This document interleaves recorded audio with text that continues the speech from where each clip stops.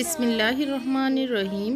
আল্লাহুম্মা সাল্লি আলা মুহাম্মদ ওয়া আলা আলি মুহাম্মদ কামা সাল্লাইতা আলা ইব্রাহিম ওয়া আলা আলি ইব্রাহিম। আসসালামু আলাইকুম আমার প্রিয় বোনেরা, আশা করছি আপনারা সবাই ভালো আছেন। আমিও আল্লাহর রহমতে ভালো আছি। গতকালকে থেকে একটু অসুস্থতা আছে, বেশি একটা ভালো নেই, তারপরও আল্লাহর শুকর আদায় করতে হয়। আলহামদুলিল্লাহ একটু এখন ভালো আছি। আমি আজকে সকালে নাস্তা দিয়ে শুরু করেছি আমার ব্লগটি। আমার ব্লগটিতে আজকে থাকছে আমি কিছু টুকিটাকি রান্নাঘরের কাজ করেছি, পরিষ্কার পরিচ্ছন্নতা যেটা বলে আর কি, সেটা করেছি। আপনাদের সাথে সেটাই আজকে শেয়ার করছি। তো কাজ শুরু করার আগে তো খাওয়ার পালা। তো সকালবেলা নাস্তা করছি আমার জন্য এবং আপনাদের ভাইয়ের জন্য।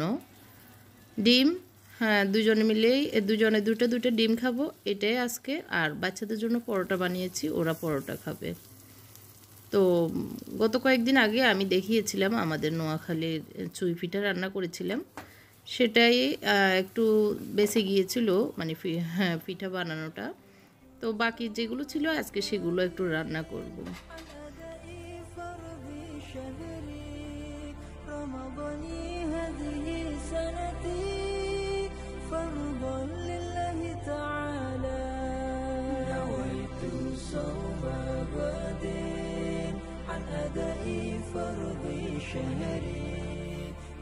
ফুল ভিডিওটি দেখবেন, এনজয় করবেন, আশা করি আপনাদের ভালো লাগবে।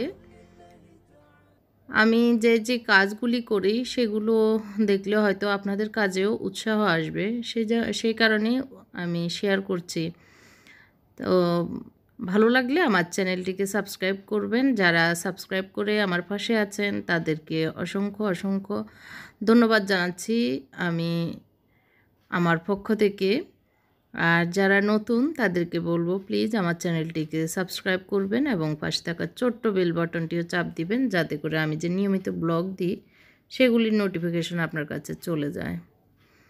তো ফুল ভিডিওটি দেখতে থাকুন। আমি এখন ছুঁই পিঠাটা দিয়ে নারকেল দিয়ে দিচ্ছি।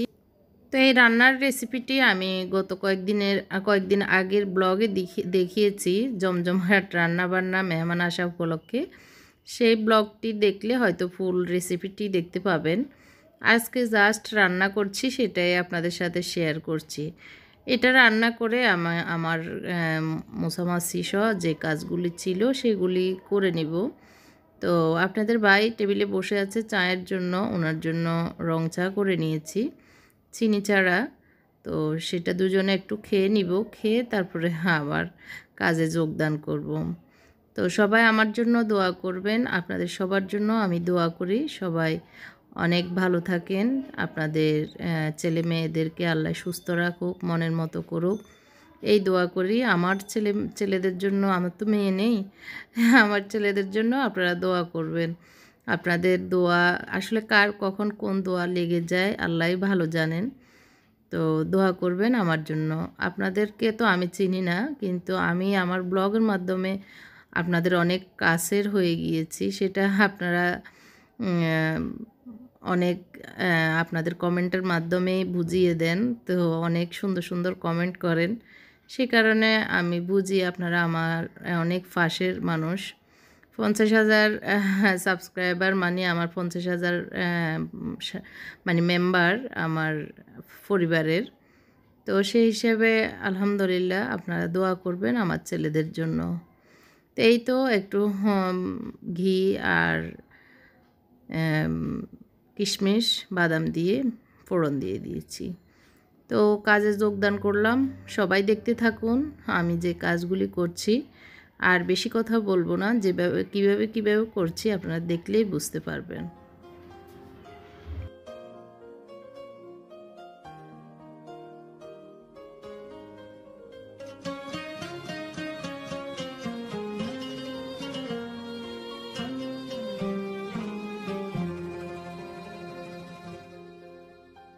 ظهر دين المؤيد بظهور النبي أحمد يا هنانا بمحمد ذلك الفضل من الله. সব কিছু নামিয়ে আমি এখন স্প্রে করে, আমার হোমমেড স্প্রে এটা, তো এটা দিয়ে আমি ভালো করে একটু মুছে নিব, যাতে করে যে ধুলাবালিগুলো আছে সেগুলো ভালো করে আমি ক্লিন করে, তারপর আবার ম্যাটটা বিছিয়ে সেটাকেও ভালো করে ক্লিন করে, তারপর জিনিসপত্রগুলো সুন্দর করে আবার অ্যারেঞ্জমেন্ট করে রেখে দিব। তো মাঝে মধ্যে আসলে এই কাজগুলো ছুটে যায়, নিয়মিত হয় না, মানে 4-5 দিন পর পর করি, তারপরেও মাঝে মধ্যে একটু লেট হয়ে যায়। তো আজকে একটু সময় পেয়েছি, অসুস্থতা থাকলেও মানে বাসায় আছি, যার কারণে হ্যাঁ ভাবলাম যে একটু করে ফেলি, যেহেতু বের হব না। তো এই যে আমি সুন্দর করে মুছে এখন জিনিসগুলো জায়গায় জায়গায় রেখে দিচ্ছি।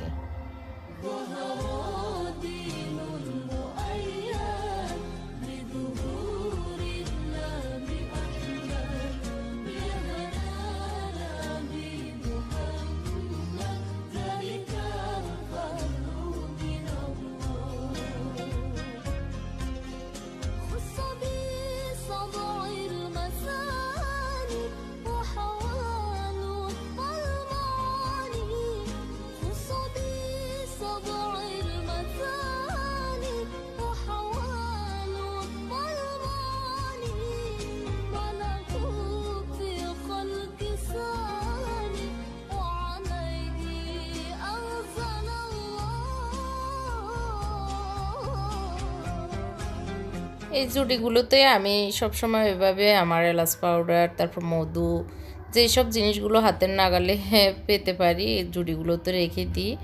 আর সবসময় মোছামাছির এক্সট্রা যে তোয়ালেগুলো সেগুলো এরকম রেখে দিই। তো এগুলোকে আমি এভাবে সুন্দর করে গুছিয়ে রাখি। তো এখন আবার আমি একটু ওলট পালট করেই রাখতেছি আসলে। তো যেভাবে আমি করি আসলে, এভাবে করলে আসলে নিজের হাতের কাছেই থাকে, আর কয়েকদিন পর পর এগুলো আবার একটু অ্যারেঞ্জমেন্ট করে রাখলে ভালোই মনে থাকে আর কি, কিছুদিন পরে না হয় ভুলে যাই আবার। তো আমি যেভাবে করতেছি আসলে আমি আমার সুবিধা মতোই করতেছি। তো যাই হোক, এই শেলফটাতে আসলে সবসময় লাগে, দরকারি জিনিসগুলোই রাখি।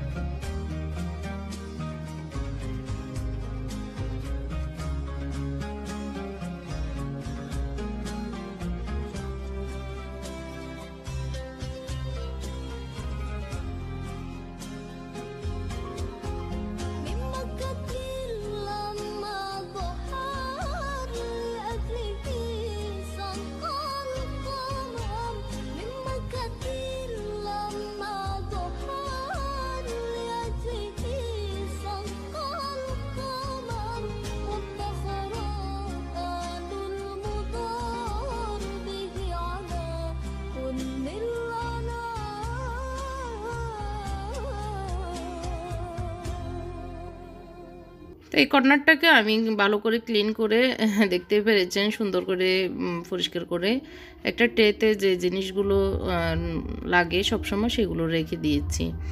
আর এখন আমি রুটি পরোটা রাখার জন্য এই যে আটার প্যাকেটগুলোকে আমি এইভাবে কয়েকদিন পর পরে গোল গোল করে কেটে রাখি, কারণ এইভাবে আমার মানে বেঁচে যাওয়া পরোটা রুটিগুলো আমাকে ফ্রিজে রাখতে হয়।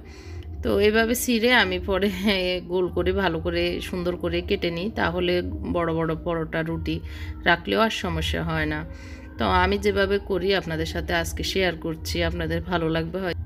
এইভাবে আপনারা কী কী করেন সেটা আমাকে কমেন্ট করে জানাবেন, আর এই টিপসটি আপনাদের কাছে কেমন লেগেছে তাও আপনারা আমাকে জানাবেন। আসলে আপনারা যদি আমার ভিডিও দেখে আমার ভিডিওতে কি কি আমি দিয়েছি সেগুলো জানান, তাহলে আমার বেশি ভালো লাগে, তাহলে বুঝতে পারি আমার ফুল ভিডিওটি আপনি দেখছেন। যাই হোক, আমি এই যে এইভাবে ভাঁজ করে গোল করে কেটে নিচ্ছি। তো এভাবে রাখলে পরোটাগুলো খুবই সুন্দর থাকে, ভালো থাকে।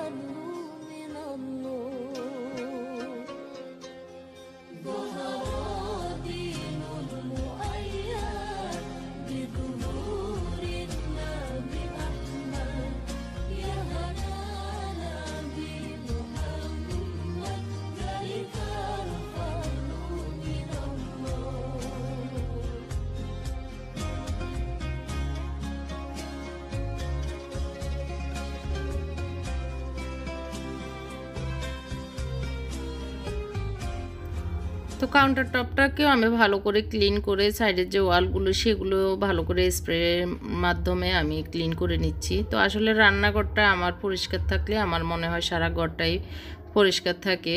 রান্নাঘরে যেহেতু আমরা সব সময় থাকি, আর রান্নাঘরটা ক্লিন থাকলে আসলে আমাদের স্বাস্থ্যেরও সুস্থতা থাকে।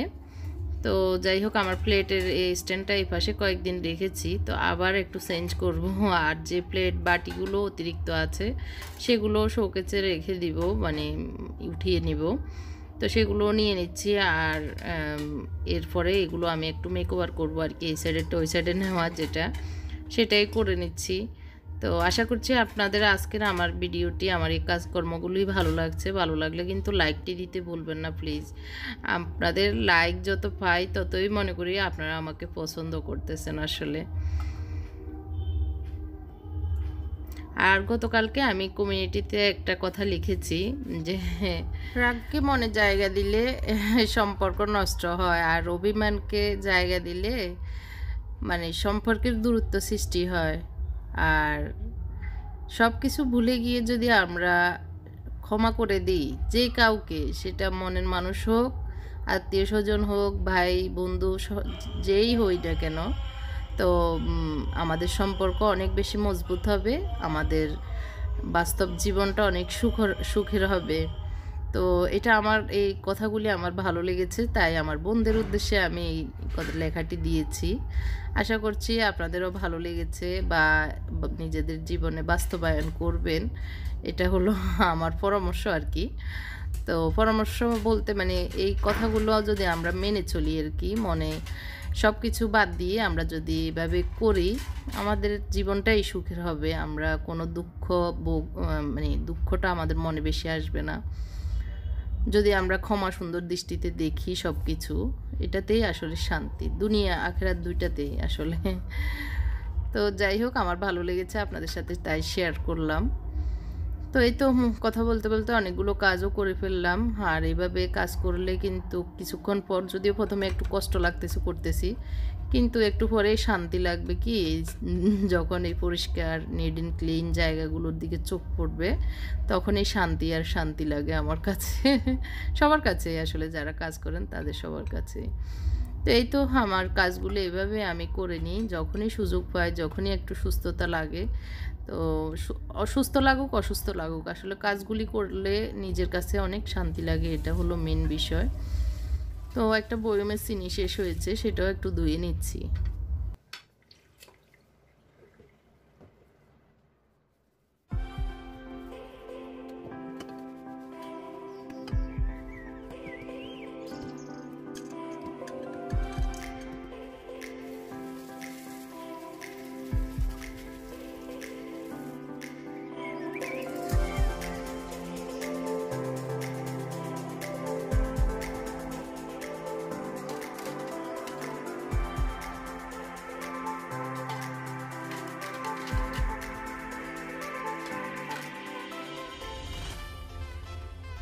তো এই তো আমি আমার এই কাউন্টার টপটা মোটামুটি ক্লিন করে নিয়েছি, গুছিয়েও নিয়েছি।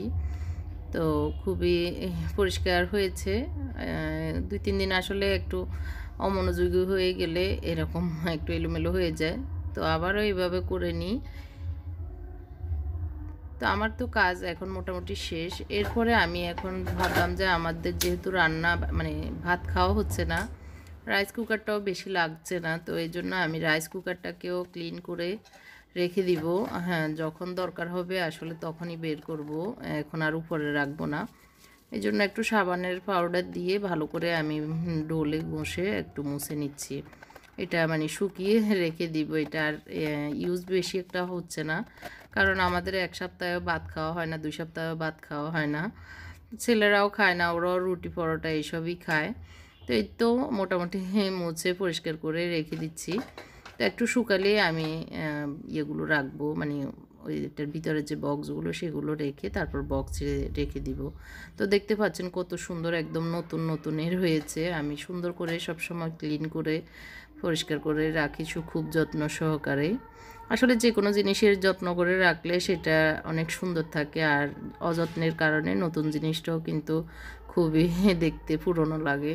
তো যাই হোক, যে কাগজগুলো আমি কেটে রেখেছিলাম, তো সকালে পরোটা বানিয়েছি, সেটার কিছু পরোটা 4-5টা পরোটা রয়ে গেছে। তো আবার আমি এগুলো কাগজগুলো দিয়ে রেখে দিচ্ছি। তো এই কাগজগুলো আমি কয়েকদিন ইউজ করব এইভাবে রেখে রেখে। এরপরে যখন দেখা যাবে যে এগুলো বেশি একটা হয়ে গেছে, তখন আবার ফেলে আবার নতুন করে আবার বানাবো আর কি। তো এই তো রাইস কুকারটাকে আমি যেভাবে রাখছি আপনাদের সাথে শেয়ার করছি। আমি প্রথমে তারগুলোকে কিন্তু ভালো করে মুছে নিয়েছি, ভালো করে ধুয়ে আর কি, মানে তয়লা দিয়ে ভালো করে। তো এগুলো সম্পূর্ণ শুকিয়ে গেছে, এখন বক্সে রেখে দিচ্ছি। তো ফুল ভিডিওটি যারা দেখেছেন তাদেরকে অসংখ্য ধন্যবাদ জানাচ্ছি, এতক্ষণ পর্যন্ত ধৈর্য ধরে আমার ভিডিওটি দেখেছেন। আর কোনো ভুল ত্রুটি হলে আমাকে ক্ষমার চোখে দেখবেন। আমার আসলে নোয়াখালীর বাসা চলে আসে, তো সেই হিসাবে নোয়াখালীর মানুষ আমরা আসবেই। তো ক্ষমা করবেন, ভালো থাকবেন, আল্লাহ হাফেজ, আসসালামু আলাইকুম।